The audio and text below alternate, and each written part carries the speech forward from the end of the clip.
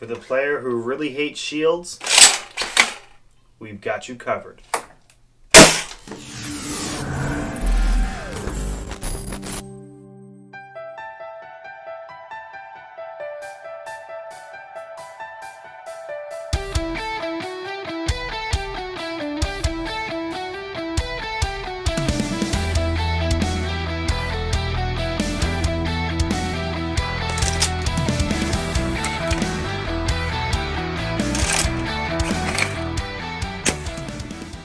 Greetings audience, I'm Boomstick, and today we're not looking at a new 3D printed blaster, but one that's actually been out for a while. I am of course talking about the MEGABurn U. Now of course most of you will know that the MEGABurn U was designed by Captain Slug, and he's got hardware on his Etsy, he's got pre-builds, he's got the files on Thingiverse, which will all be linked down in the description below.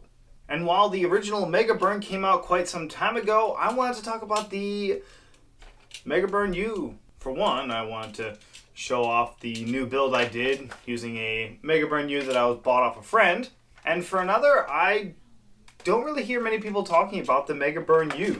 When the U series came out, a lot of people were talking about the U Caliburn and then the new U Rivalburn that came out. But I don't remember a whole lot of people talking about the MEGABurn or any of the other variants.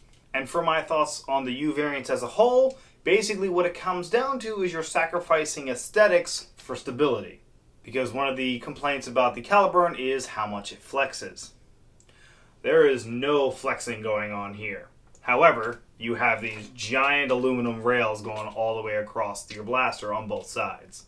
Now as you can see, I've prettied mine up a little bit with a couple of extra pieces, which again I'll have linked down below in the description, along with a worker grip I got from Out of Darts and a custom Mega muzzle that I designed myself, which I'll come back to that at the end of the video.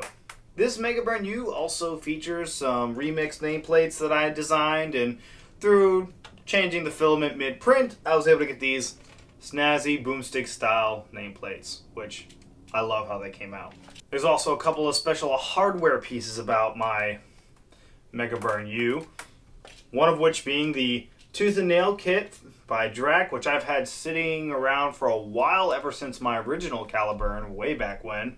It also features a full metal aluminum breech with O-ring, which I believe came from Frontline Foam. Again, this hardware was bought secondhand, so I'm not 100% sure, but I'm pretty sure that this full metal ram base came from Frontline Foam. And it also has a pin in the back for quickly swapping springs. However, you do still have to undo the one screw that holds these two pieces apart. My MEGABurn U also features an 18-inch barrel, which does lend itself to higher performance, which is very nice. I also went with a bit of a lighter prime using the K25 instead of the K26, just to have a little bit of a faster shot. Now, that's enough talking about the blaster, let's see how it fires.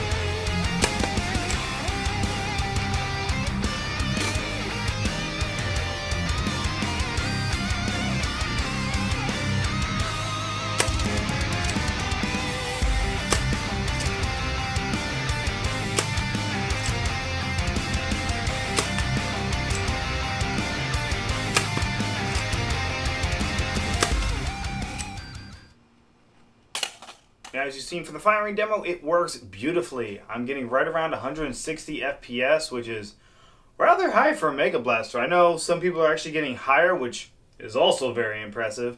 But for me, I didn't think that 160 was going to be easily achievable with a MEGABurn, but there we go. Some extra metal bits, a longer barrel. It's amazing what happens. Now, I will say I've been a little bit spoiled by the Vanguard system because I've gotten so used to being able to change out mags without having to prime the blaster. So, getting back into the habit of priming the blaster first did take a little bit of time. The only complaint I really have, and it doesn't really have anything to do with the blaster, is if you're using older Megas, they don't quite have the rigidity to chamber correctly, and so you'll end up folding the dart in half. So you do really want to make sure you're using fresh Megas and not just old ones that have been sitting around. And really, you're going to want to go with the Mega AccuFakes, because if you want to be able to hit anything at least. If you've built or used a Caliburn, you kind of know what you're getting into with the MEGABurn U. It's a Caliburn that fires Mega. And this is the U channel variant, which is solid as a rock, and I really, really like how it feels. And now that I've started using an actual solid grip, I might not go back to the printed ones. Now the printed ones are bad, but this is a lot more comfortable for me, in my opinion. That has been my review of the MEGABurn U. Again, all the files to the pieces I used in this build will be linked down in the description, along with links to Captain Slug, his Etsy, all that good stuff. Now, if you want to support the channel, definitely check out my Teespring. I've got several good merch options that I really enjoy and wear around whenever I can. And there's also my Patreon, which leads me to this right here.